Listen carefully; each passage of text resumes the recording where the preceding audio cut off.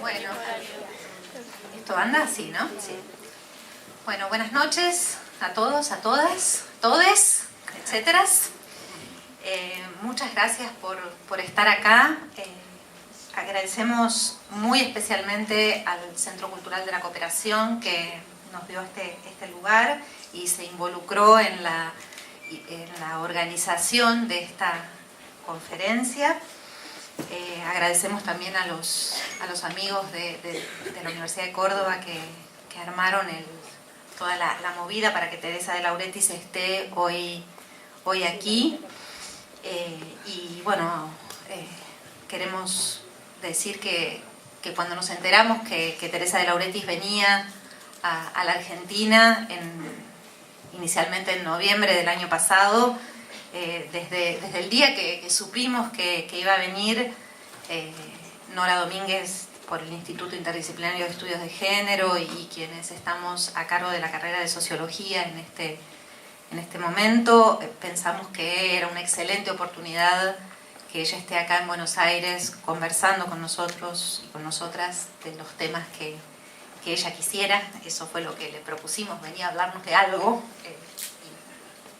y ella propuso el tema de su charla.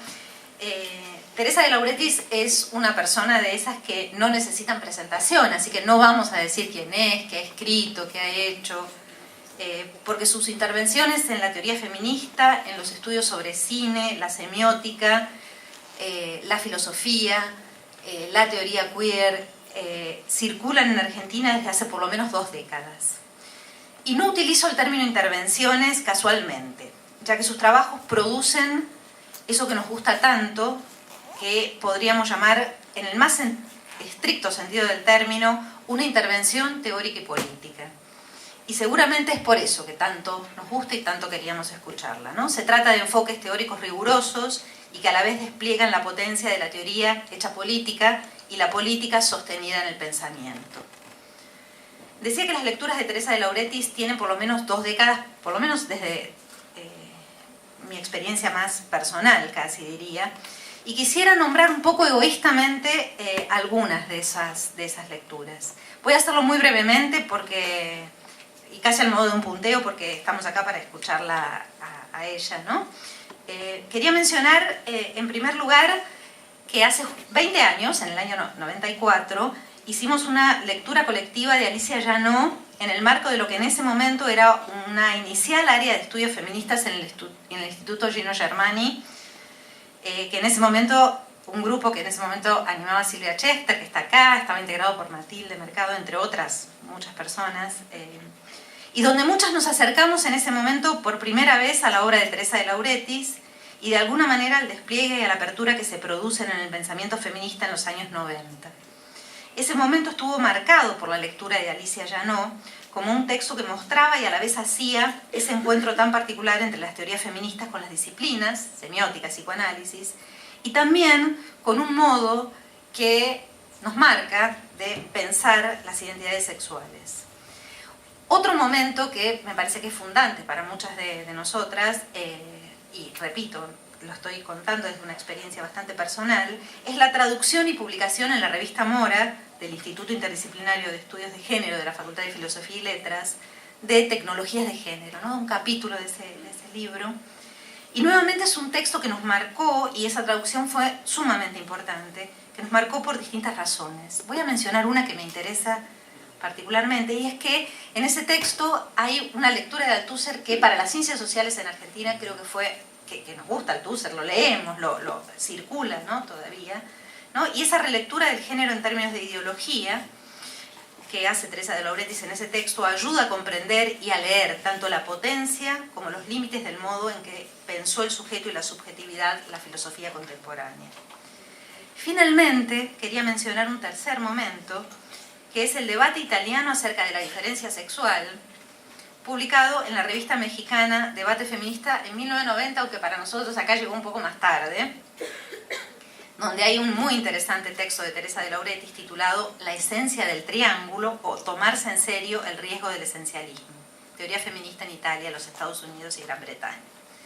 El esencialismo es, sin duda, un problema de primer orden para el pensamiento feminista, sobre el cual se discutía en los años 80 y se sigue discutiendo ahora, especialmente en relación a los debates sobre el estatuto de las identidades sexuales, un problema que tiene el movimiento feminista y también el movimiento queer, LGTB, y allí creemos que es un aporte fundamental el que ha hecho nuestra amiga del día de hoy, que lleva a pensar nuevamente la cuestión del sujeto y las subjetividades. Entonces, teoría crítica de la teoría, de las identidades, de las políticas, pensamiento riguroso, preocupaciones políticas.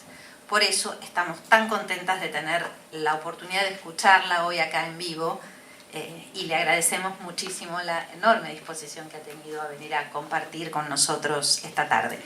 Va a decir unas palabras Nora Domínguez, la directora del instituto, y después le damos la palabra a Teresa. Muy breves, menos porque Alejandra me sacó algunas de las ideas, así que... muy breves, sí. Quiero decir que me parece que Teresa de Lauretis, en este paseo que ha hecho, estos trayectos que ha hecho por el sur del mundo, estuvo en Valdivia, en Santiago de Chile, en Córdoba, en Santa Fe, acá, y mañana se va a ir a Rosario, no, dentro de unos días se va a ir a Rosario. Me parece que vino a encontrarse con una parte de sus lectores y lectoras, que son los que estamos acá y que la hemos leído y enseñado muchísimo. Entonces, no voy a desarrollar más esto, pero ha sido así. Solamente quiero decir algo sobre la dinámica. Quiero agradecer al Centro de la Cooperación, al haber trabajado con Alejandra, o sea, con el Departamento de Sociología, a las autoridades de Filosofía y Letras que están aquí, la decana y el vicedecano, y a todas las colegas y las compañeras, tanto del ámbito académico como del ámbito político, del ámbito del activismo, es decir, hay gente que proviene de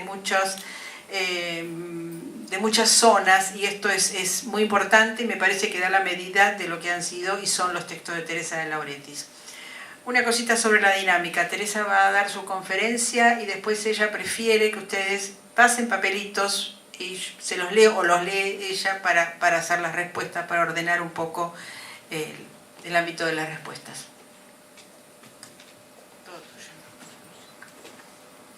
Mil gracias, Alejandra y Nora, por esta muy amable y generosa introducción. ¿Me oyen? Sí, ¿me escuchan? Bajar un poquito.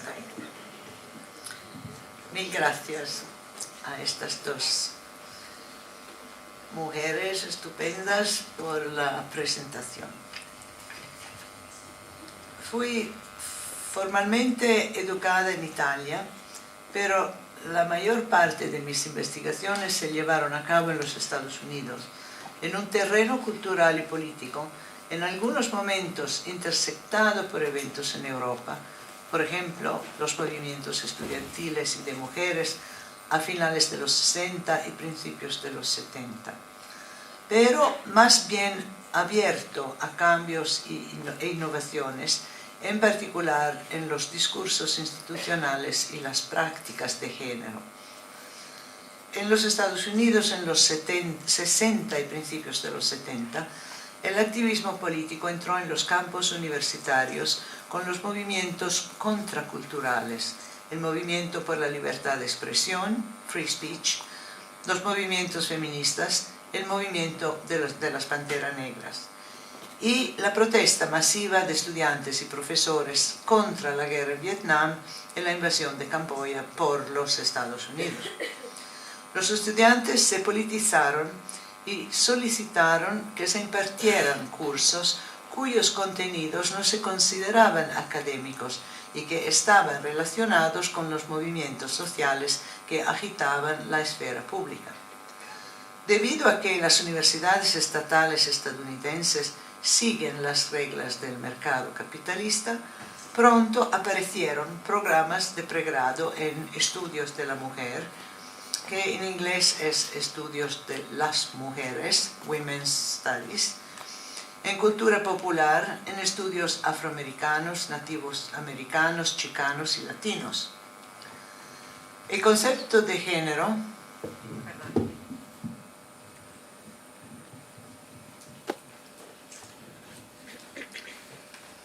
El concepto de... No. El concepto de género fue introducido y articulado por las investigadoras feministas en varios campos disciplinarios en el marco de Women's Studies y fue el eje central, el elemento cohesivo de la crítica feminista hacia el patriarcado occidental. Género, o bien el sistema sexo-género, como lo nombraron las antropólogas feministas, fue el marco en el cual las feministas analizaron la definición sociosexual de la mujer como divergente del estándar universal que era el hombre. En otras palabras, género no pertenecía a los hombres, género era la marca de la mujer, la marca de una diferencia que implica el estado subordinado de las mujeres en la familia y en la sociedad, debido a un conjunto de características relacionadas a su constitución anatómica y fisiológica, características tales como la inclinación al cuidado, la maleabilidad, la vanidad, no necesito seguir, ustedes saben a qué me refiero. Género, como lo entendían las investigadoras feministas, era la suma de esas características, ya sea que tuvieran alguna base en la naturaleza o que fueran enteramente impuestas por el condicionamiento cultural y social. Con respecto a este tema, hubo mucho debate y división en el movimiento, pero en ambos casos, para todas nosotras en aquella época, género nombraba una estructura social opresiva para las mujeres. Los llamados gender studies o estudios de género se desarrollaron más tarde, en parte como crítica al feminismo y al énfasis separatista que en aquel tiempo tenían los estudios de la mujer. De hecho, no es una coincidencia que el estudio de los hombres y de las masculinidades fuera y siga siendo una preocupación importante de los estudios de género. Los estudios lésbicos y gay se sumaron más tardíamente a los programas universitarios, probablemente debido a su interés por la sexualidad. Y los estudios queer no aparecieron hasta mediados de los años 90. Fue en este contexto que a mediados de los 80 propuse la idea de una tecnología del género. Me pregunté si el género no es una simple derivación del sexo anatómico, sino una construcción sociocultural, ¿cómo se logra aquella construcción? Me pareció que el género era una construcción semiótica, una representación, o mejor dicho, un efecto compuesto de representaciones discursivas y visuales, las cuales, siguiendo a Foucault y Althusser, yo vi emanar de varias instituciones: la familia, la religión, el sistema educacional, los medios, la medicina, el derecho, pero también de fuentes menos obvias como la lengua, el arte, la literatura, el cine, etc. Sin embargo, el ser una representación no lo previene de tener efectos reales, concretos, ambos sociales y subjetivos, en la vida material de los individuos. Por el contrario, la realidad del género consiste precisamente en los efectos de su representación. El género se realiza o llega a ser real cuando esa representación se convierte en autorrepresentación, cuando uno lo asume individualmente como una forma de la propia identidad social y subjetiva. En otras palabras, el género es tanto una atribución como una apropiación. Otros me atribuyen un género y yo lo asumo como propio o no. Todos sabemos esto hoy en día, pero quisiera retroceder brevemente a esos años para subrayar que el entendimiento actual del concepto de género tiene sus orígenes en el movimiento de las mujeres y en los estudios feministas, mucho antes del cambio institucional a estudios de género. Quiero destacarlo porque esa historia está desapareciendo. En una década o más, quizás nadie recordará que el concepto crítico de género, la idea de que los individuos son de hecho constituidos como sujetos por el género, no existió antes que la teoría feminista lo elaborase como un nuevo modo de conocimiento, una práctica epistémica surgida en el marco de un movimiento político de opción radical. Quizás el ensayo más influyente sobre género fue The Traffic in Women, el tráfico de mujeres, de Gayle Rubin, que definió la mutua implicación de sexo y género en el concepto del sistema sexo-género. Fue publicado en 1975 en un volumen misceláneo bajo el explícito título Hacia una antropología de las mujeres. Rubin, antropóloga feminista, comenzó su ensayo afirmando que, cito, un sistema sexo-género es el conjunto de arreglos por los cuales una sociedad transforma la sexualidad biológica en productos de actividad humana y en los cuales estas necesidades sexuales transformadas son satisfechas. Fin de la cita. Luego de una discusión de Lévi-Strauss y Lacan virtualmente sin precedentes en los escritos feministas de aquel tiempo, Rubin concluyó su sinopsis de recuento de Freud sobre la sexualidad femenina con la afirmación un tanto sorprendente que el psicoanálisis es una teoría del género. Sorprendente, primero, porque Freud casi nunca habló de género. La palabra alemán Geschlecht no distingue género de sexo. Y seguidamente, porque la misma Rubin, 10 años después, drásticamente separó el género del sexo.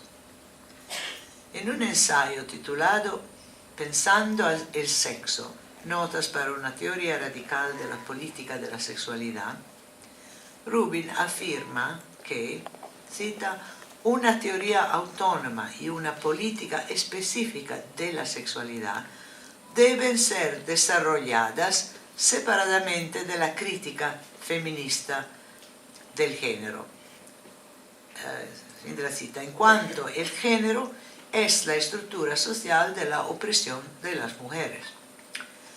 Por sexualidad, Rubin claramente quiere decir actos sexuales o comportamiento sexual, en particular prácticas sadomasoquistas, entre hombres. Y estas, ella debía pensar, no tienen nada que ver con el psicoanálisis. La equivocación es ilustrativa de cómo la temprana crítica feminista leía a Freud de manera altamente selectiva y reducida, no siendo diferente en este respecto de la cultura estadounidense en general. Sin embargo, la idea de Rubin que género y sexualidad deben ser diferenciados conceptualmente sigue siendo fundamental para el estudio de los procesos sociales, por ejemplo, las relaciones entre política y teoría. Eso es lo que voy a plantear en esta presentación, tomando como ejemplo el actual debate sobre la política antisocial de la teoría queer.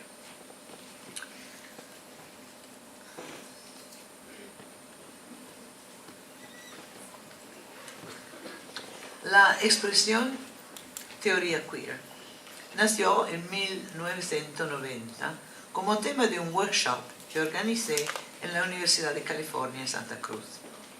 El término queer tiene una larga historia.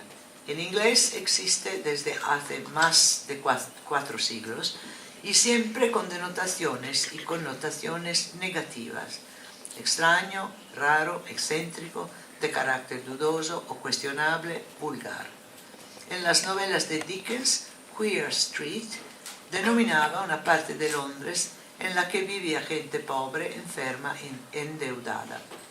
En el siglo pasado, después del célebre juicio y posterior encarcelamiento de Oscar Wilde, la palabra queer se asoció principalmente con la homosexualidad como estigma. Fue el movimiento de liberación gay de la década de los 70 el que la convirtió en una palabra de orgullo y en un signo de resistencia política.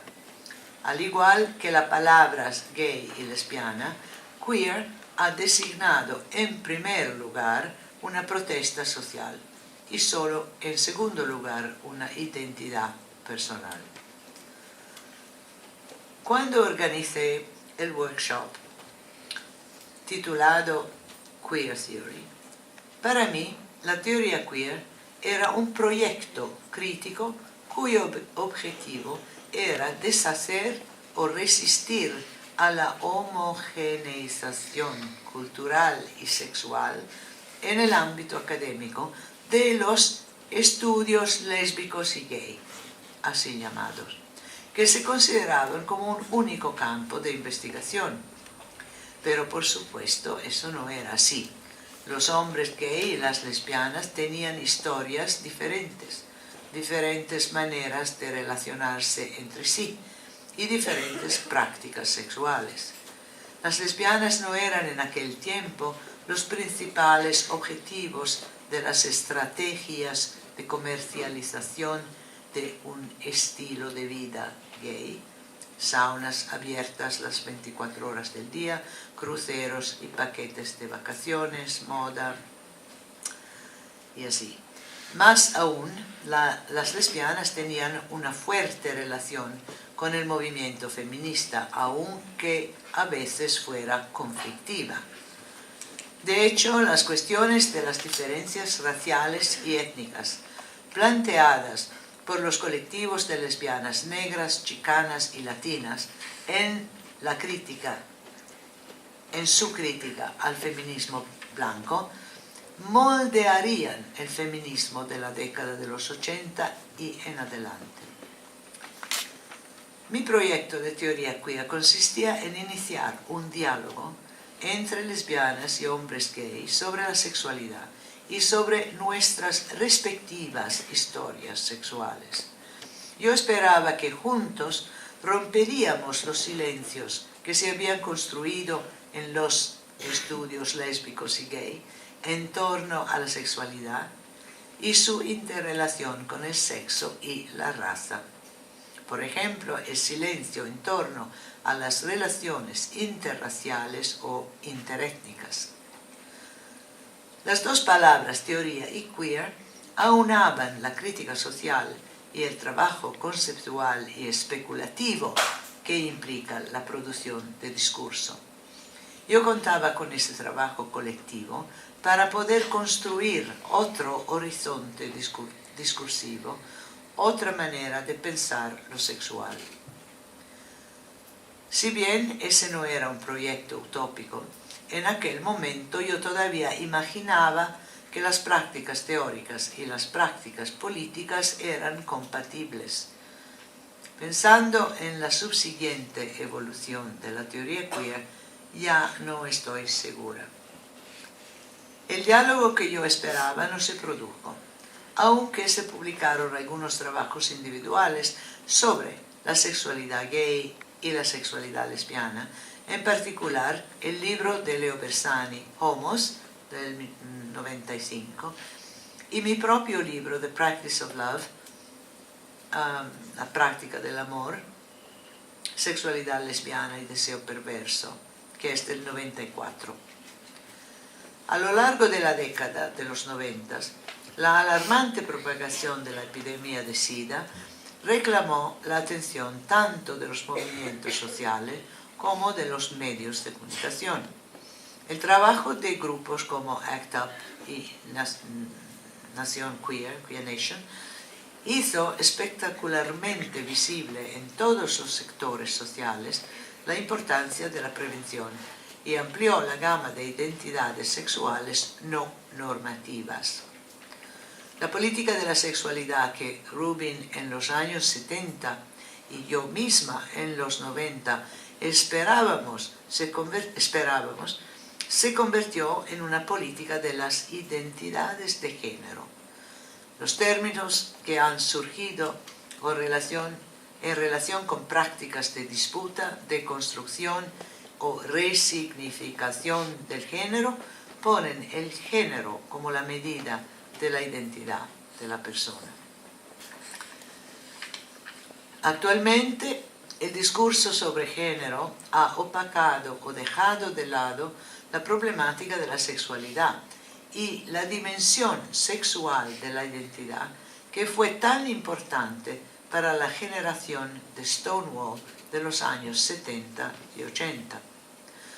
Paradoxalmente, esto sucede aunque la sigla utilizada en muchas partes del mundo LGBTI se refiera a identidades sexuales, no normativas. También el actual término queer, al mismo tiempo que conserva algo de su connotación histórica de desviación sexual, ha llegado a ser una identidad de género, es decir, se queda lejos de lo que es específico de la sexualidad, es decir, el perverso polimorfo de Freud, que Mario Mieli en Italia y Guy Hockenheim en Francia volvieron a teorizar durante la visionaria y radical década de los 70. ¿Por qué el género se ha convertido en marca privilegiada de la identidad?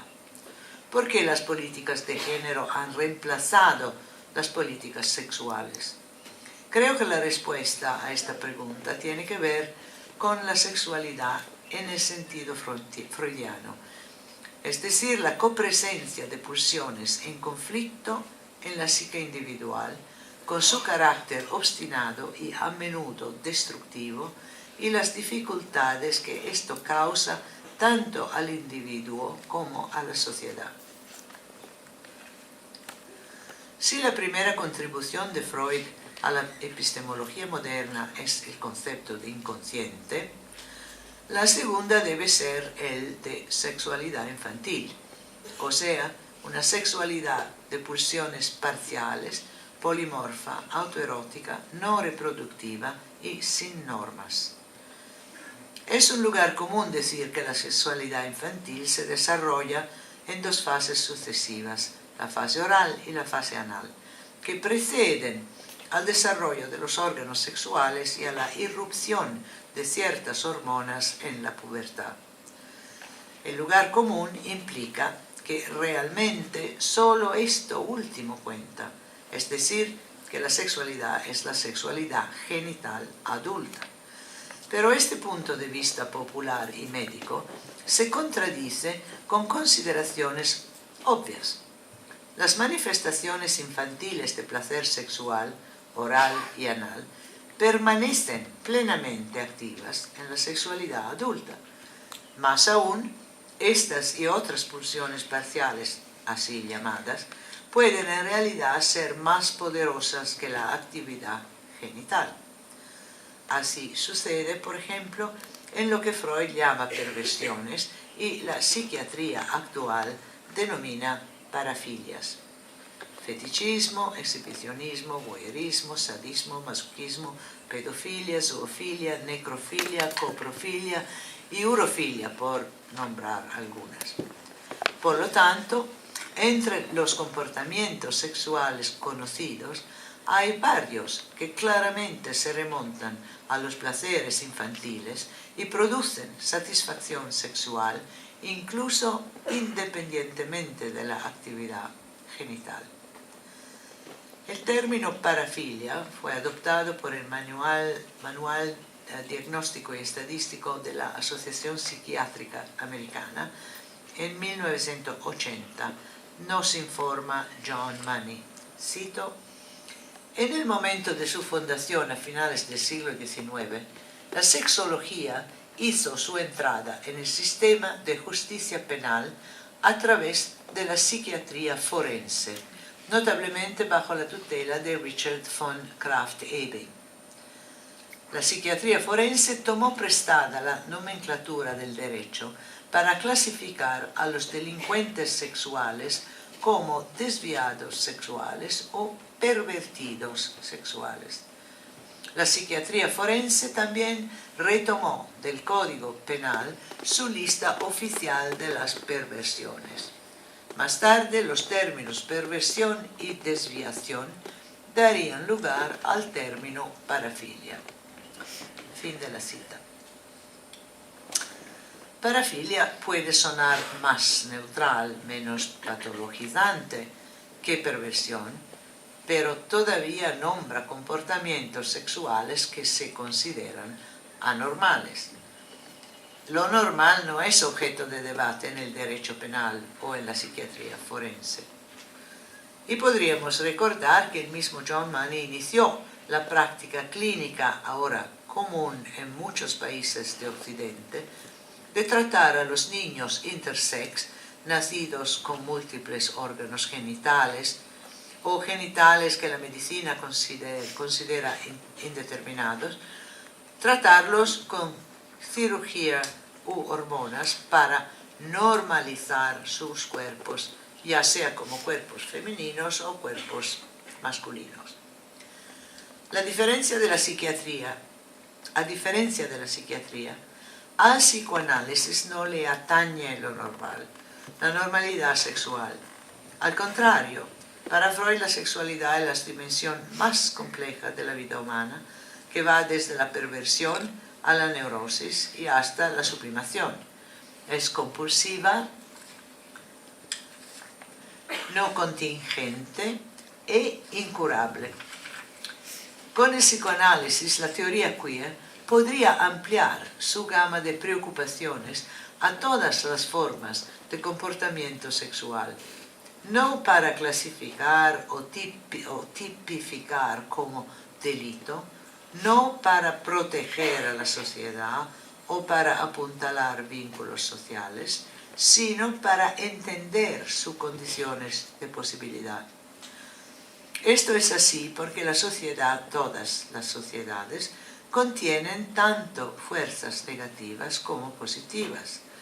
Mientras que se teoriza sobre la sociabilidad y la afectividad en las comunidades queer a nivel local y mundial, no se pueden ignorar los aspectos compulsivos, perversos e ingobernables de la sexualidad que nos confrontan en la esfera pública, en la familia y también en nosotros mismos. El problema está en cómo plantear una sociabilidad queer hecha de vínculos afectivos y al mismo tiempo de impulsos contrasociales. ¿Cómo podemos pensar juntos, por ejemplo, los matrimonios entre personas del mismo sexo y la práctica masculina de sexo anal sin protección, o el asesinato en serie y la búsqueda de comunidad espiritual?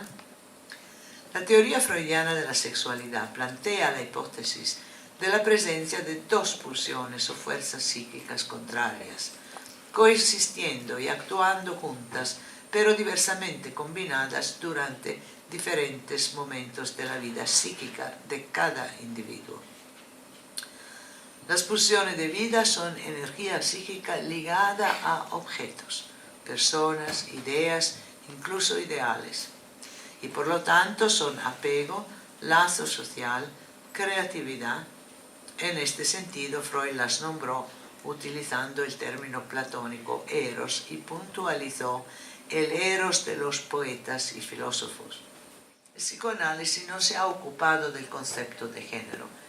Sin embargo, recientemente Jean Laplanche, psicoanalista y profesor de psicoanálisis en la Universidad de París, quien fue el más atento lector de Freud, ha introducido la cuestión del género en el psicoanálisis en el contexto de su propia teoría de lo sexual o de la seducción generalizada. Planteándolo de manera muy simple, Laplanche sostiene que la sexualidad no es innata, no está presente en el cuerpo cuando nacemos, Género, en cambio, es una manifestación del yo consciente o preconsciente.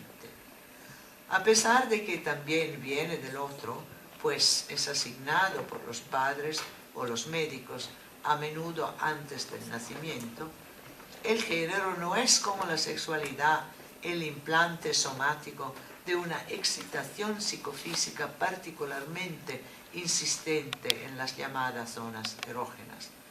No es implantado en formas que el niño no pueda comprender y a las cuales pueda solamente reaccionar.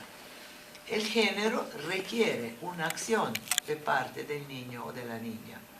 Él o ella tienen algún rol que jugar en la construcción del género. Lo deben asumir, es decir, deben hacer lo propio a través de un proceso de identificación.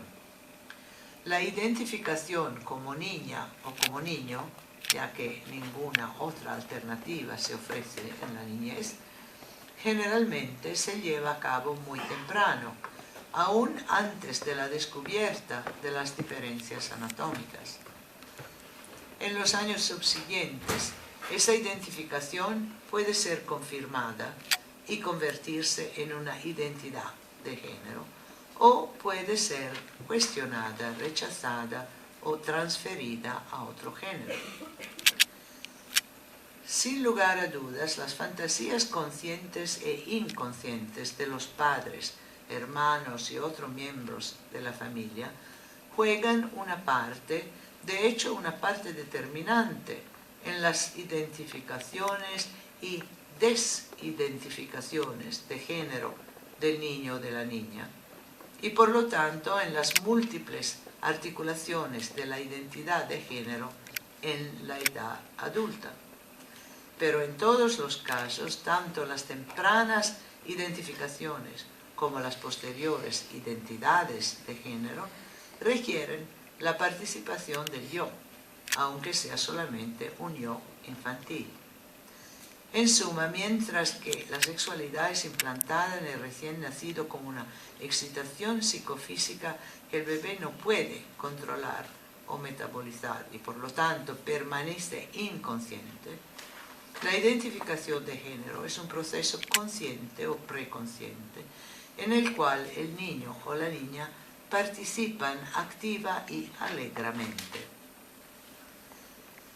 Laplanche fue el primero, posiblemente el único teórico de psicoanálisis, en abordar la cuestión del género directamente. Él puntualiza que el género es múltiple, ya que diferentes identificaciones de género pueden coexistir en una misma persona. Pero la categoría social del género es binaria, hombre o mujer, porque el género es asignado en base al sexo anatómico, o mejor dicho, en base a la percepción que los adultos tienen de ello, la cual a su vez se basa en la visibilidad del órgano genital externo. Por esta razón, la categoría de género, como la categoría de sexo, cae bajo la lógica binaria del falo, ya sea con o sin, ya sea varón o mujer. Una lógica que en su binarismo rígido y sesgo genital borra o niega el polimorfismo y sobre todo las dimensiones inconscientes de la sexualidad. En segundo lugar, Laplanche destaca la tendencia por privilegiar el género en los discursos occidentales sobre identidad y plantea que el desplazamiento de la cuestión de la identidad sexual a la de la identidad de género es un signo de represión. La represión de la sexualidad infantil y su sustitución por el género como una categoría más aceptable para los adultos y su autoentendimiento. Pienso, escribe Laplanche, que incluso en nuestro tiempo la sexualidad infantil es lo que más repugna a la visión del adulto. Incluso hoy en día lo que resulta más difícil de aceptar para los adultos son los llamados malos hábitos de la infancia. y aquí yo pienso en la película de Almodóvar, La mala educación, y su ingenioso juego de palabras, precisamente sobre los malos hábitos aprendidos en la escuela. La importancia de la labor de Laplanche para la teoría queer es que articula las relaciones entre sexualidad y género como resultado de la interacción de tres factores: el género, el sexo anatómico-fisiológico y lo propiamente sexual, es decir, la sexualidad como efecto de la represión, la fantasía y el inconsciente.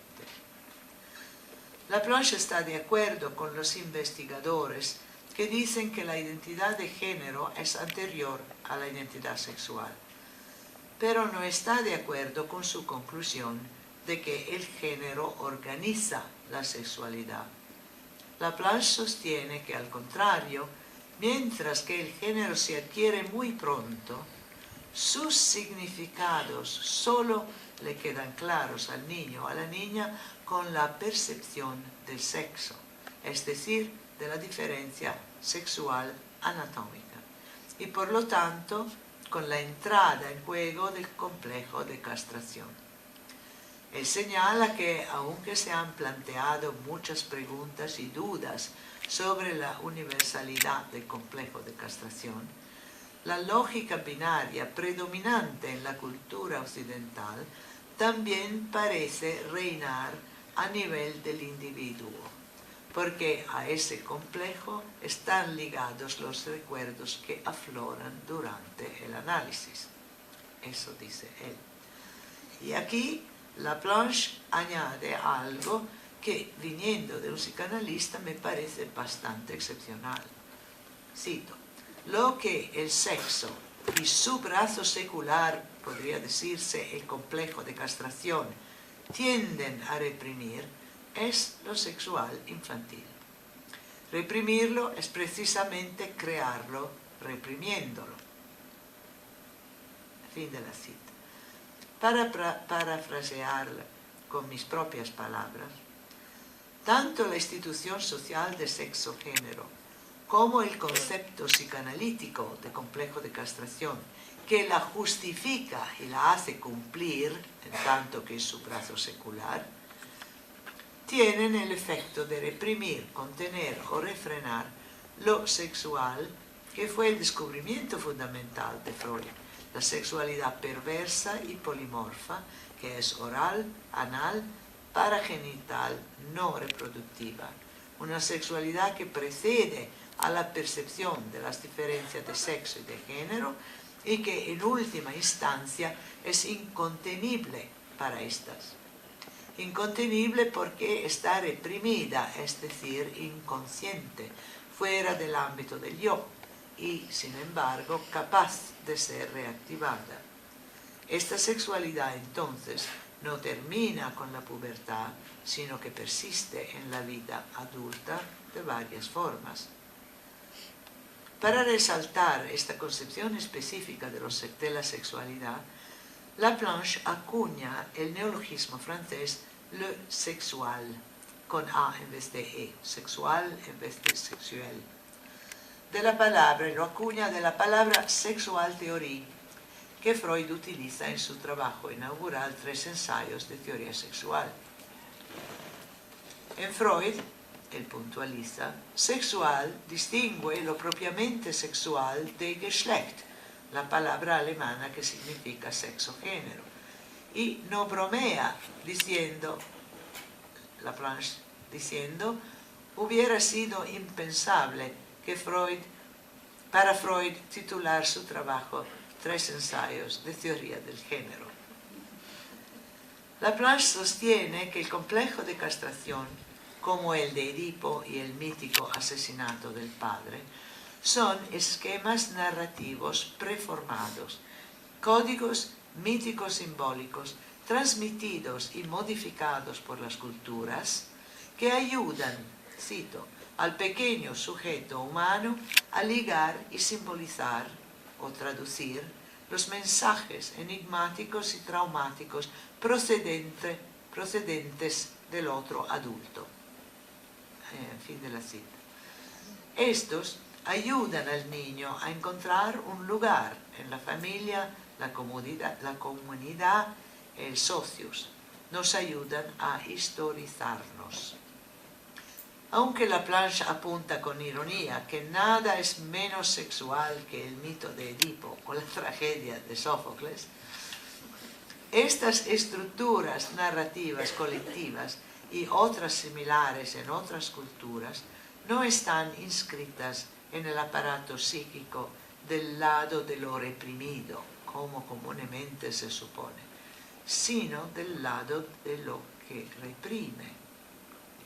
Es decir, que están inscritas no del lado de lo sexual, sino del lado de lo que reprime lo sexual, dando lugar a la neurosis o, en el mejor de los casos, del lado de lo que pone freno a lo sexual. Lo contiene, lo organiza y en última instancia lo desexualiza en el nombre del apego, del vínculo social, de la familia, de la procreación del futuro.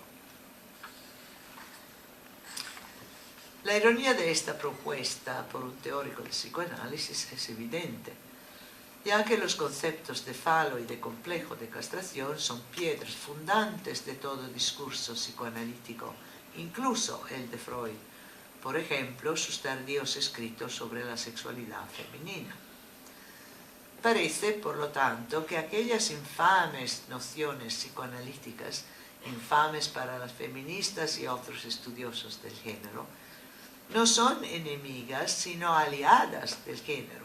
Son instrumentales en la construcción del género, afirmándolo y reafirmándolo cuando es necesario. Si el complejo de castración y el complejo de Edipo son instrumentales en la construcción del género y de este modo producen mujeres y hombres, identidades, comportamientos y jerarquías sociales al reprimir lo sexual reprimido debe ser tenido en cuenta como un componente problemático y no reconocido de la identidad y de la sociedad.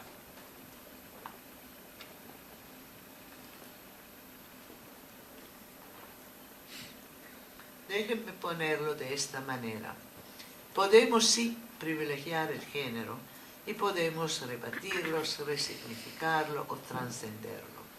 Pero lo que crea disturbo es lo sexual, sus dimensiones reprimidas e inconscientes, sus aspectos perversos, infantiles, vergonzosos, repugnantes, destructivos y autodestructivos, que la identidad personal raras veces admite y que el discurso político sobre género debe eludir por completo para lograr aceptación social y reconocimiento legal de nuevas o cambiantes identidades de género.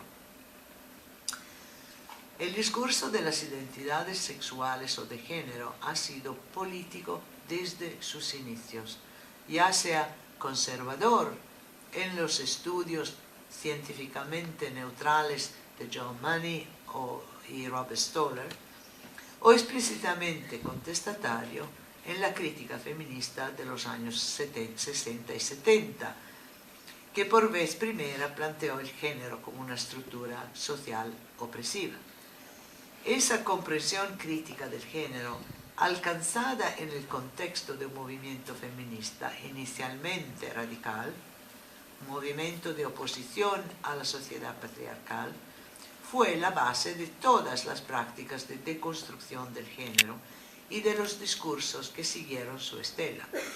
Hoy tenemos muchas identidades de género, LGBTIQ, pero la cuestión política de las identidades sexuales, especialmente aquellas estigmatizadas como parafilias o trastornos de la identidad, todavía se encalla en lo sexual. El malestar de la civilización, tal como lo veía Freud, consiste en una paradoja fundamental. Las instituciones de la sociedad civil, la familia, la educación laica y la religión, tienen el propósito de frenar o contener lo sexual y de canalizarlo hacia el vínculo social y el bien común. El tabú del incesto sirve para llevar a cabo el parentesco y crear el vínculo social. El complejo de Edipo para unir el apego a la reproducción sexual y social. Y el complejo de castración para organizar el género y asegurar una articulación fluida de la labor reproductiva. La paradoja es que el refreno de lo sexual, lo que Freud llamó represión, también produce la sexualidad como algo más que sexo, como síntoma, compulsión, agresión. Freud además mostró cómo el yo lleva a cabo la represión psíquica de manera más eficiente que el Estado lleva a cabo la represión política. La negatividad inherente en esta visión de la sociedad humana está en conflicto con la política de las identidades, o de hecho con cualquier política, si entendemos por política una acción destinada a conseguir un objetivo social, ya sea este el bien común o el bien de algunos. El conflicto entre sexualidad y política es el núcleo de lo que he llamado los equívocos del género, la confusión entre género y sexualidad. Creo que este mismo conflicto permea el actual debate sobre la política antisocial de la teoría queer. La tesis antisocial en la teoría queer se asoció primero con la teorización que hizo Leo Bersani en Homos, en 95, de las prácticas sexuales gay como anticomunitarias, antiidentitarias y de autodisolución. Esta es la crítica a Bersani. En los últimos 4 o 5 años, la tesis antisocial de la teoría queer se identifica con un polémico libro de Lee Edelman titulato No Future, No Futuro, y subtitolato La teoría queer y la pulsión de muerte. Edelman propone queerness o la queerdad como la figura de una postura ética contra el futurismo reproductivo de la sociedad actual, representado por la imagen mediatizada del niño, child, niño-niña, child es sin género lingüístico, que representa la posibilidad del futuro, de un mundo mejor, la supervivencia del género humano y de la vida misma. Su antítesis es lo queer, sobre todo el hombre gay, los homosexuales que no se reproducen, representados en la cultura como narcisistas, antisociales y portadores de muerte. No Future insta a las personas queer a rechazar el orden social heteronormado en el que la violencia y el asesinato se llevan a cabo en el nombre de ese niño, y desafiante insta a abrazar una identificación con la pulsión de muerte como figura del desmontaje de la identidad individual y del orden social en el que vivimos. Para Edelman, desde una perspectiva psicoanalítica inspirada en Lacan, lo queer, la queerdad, nombra la negatividad de la pulsión, lo antisocial que está en la sexualidad, o dicho con sus palabras, la pulsión de muerte que siempre informa al orden simbólico, en cuanto inherente a cada sujeto individual. Si bien los términos que usa Edelman son los de Lacan y no los de Freud, su argumento se desprende de lo que acabo de describir, como la paradoja de la visión que tiene Freud de la sociedad. El estancamiento de la civilización, la obstrucción al progreso que la civilización misma produce al reprimir lo sexual. Paradójicamente, lo sexual, excluido por el vínculo social, se mantiene dentro de lo social como un exceso indomable e incontenible, una fuerza de conflicto, desligamiento, desagregación.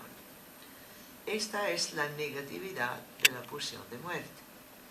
El libro de Edelman, al enlazar la teoría queer y la pulsión de muerte, primero reclama la sexualidad para la teoría queer y luego empuja los límites conceptuales del pensamiento queer más allá de la zona de confort del principio de placer. La controversia sobre este libro ha subido las apuestas políticas en la comunidad queer.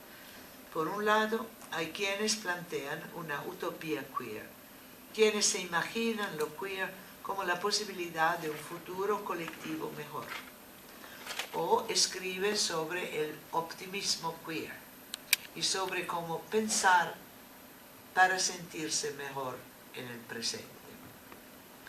Por otro lado, están aquellos que piensan que el libro de Edelman no es suficientemente político y preferirían, cito, una formulación política más explícita del proyecto antisocial que articulara las formas de una negatividad política explícita. Fin de la cita. La frase negatividad política apunta hacia otro equívoco. La política no es negativa, sino positiva en su esencia, y más aún cuando es de oposición. La confrontación política, la oposición o el antagonismo es cualquier cosa menos antisocial. De hecho, es constitutiva de una sociedad democrática. Lo que sí es antisocial o contrasocial es la sexualidad, el principio de placer y sobre todo la pulsión de muerte. Con relación al libro de Edelman, se puede formular la pregunta que Jack Halberstam plantea brevemente a propósito de Homos de Bersani. ¿Puede uno, cito, identificar una trayectoria política en un proyecto radicalmente no teleológico? Fin de la cita. Esta pregunta es tan relevante para No Future como para la teoría queer en general. En la medida en que es teoría, es decir, una visión conceptual, una visión crítica o especulativa del lugar de la sexualidad en lo social, la teoría queer no es un mapa o un programa de acción política, lo cual no quiere decir que no pueda existir una política queer no teleológica, sino que se necesita de algún tipo de traducción de una a otra. Se requiere de una traducción desde la abstracción de la filosofía o teoría a la acción concreta de la política. No tengo una traducción que ofrecer con respecto a la teoría queer, pero sé que esto se hizo en otro periodo histórico con al menos una otra teoría. Como observa Stuart Hall, Antonio Gramsci rearticuló o tradujo conceptos marxistas como el de modos de producción o el de fuerzas y relaciones de producción desde su nivel más general de abstracción en la formulación de Marx a un nivel de concreción y especificidad adecuadas para una determinada coyuntura histórica. Los conceptos de Gramsci, por lo tanto, aunque derivan de los de Marx, fueron diseñados para funcionar a un nivel de concreción histórica y, no obstante, continúan trabajando dentro de su campo de referencia. Stuart Hall argumenta en su ensayo que la obra de Gramsci fue relevante no solo para la política de los trabajadores de las fábricas italianas en las primeras décadas del siglo XX, sino también para el estudio de la raza y la etnicidad en las últimas décadas de aquel siglo XX. Ojalá encuentre la teoría queer traductores de semejante magnitud.